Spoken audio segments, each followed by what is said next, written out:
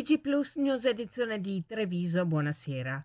In apertura del nostro notiziario la cronaca. Poco prima delle 13 di oggi, martedì 21 gennaio, i vigili del fuoco sono intervenuti in via Lanzaghi all'altezza del sottopassaggio a Silea per l'incendio di un'auto. La squadra dei vigili del fuoco accorsa da Treviso ha spento la Mercedes classe A completamente avvolta dalle fiamme, i cui prodotti della combustione hanno invaso la tangenziale sovrastante creando difficoltà al traffico.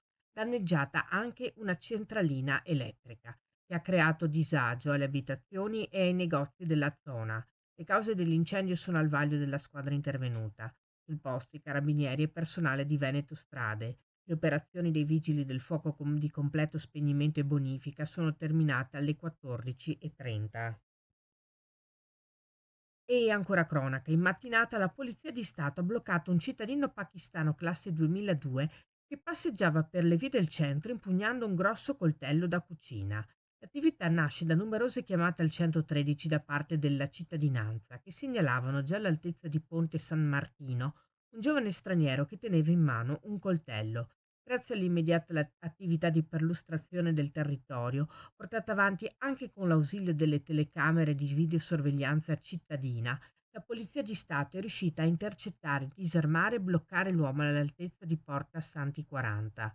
Il 23enne, che è stato condotto in questura, sarà denunciato all'autorità giudiziaria per il porto abusivo di coltello.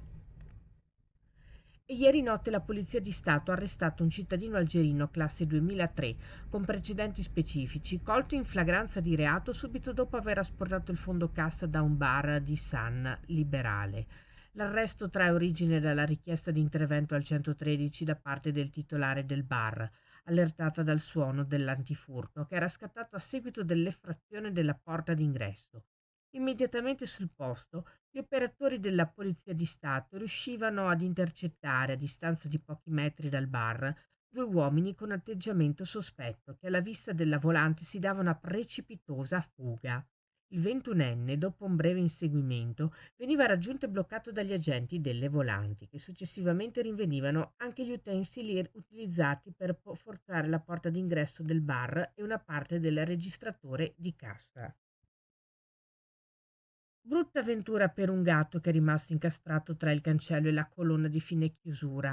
A liberarlo ci hanno pensato i vigili del fuoco. È successo la mattina di martedì 21 gennaio, quando il gatto è rimasto incastrato durante la chiusura del cancello di una casa di via Paolo VI a Castagnole di Paese. I vigili del fuoco, arrivati da Treviso, sono riusciti a liberare il felino, che nonostante, come detto, la brutta avventura, ha subito ripreso tutta la propria vivacità e riconsegnato ai felici proprietari per lo scampato pericolo. Questa era la nostra ultima notizia. Grazie per essere stati con noi. Arrivederci.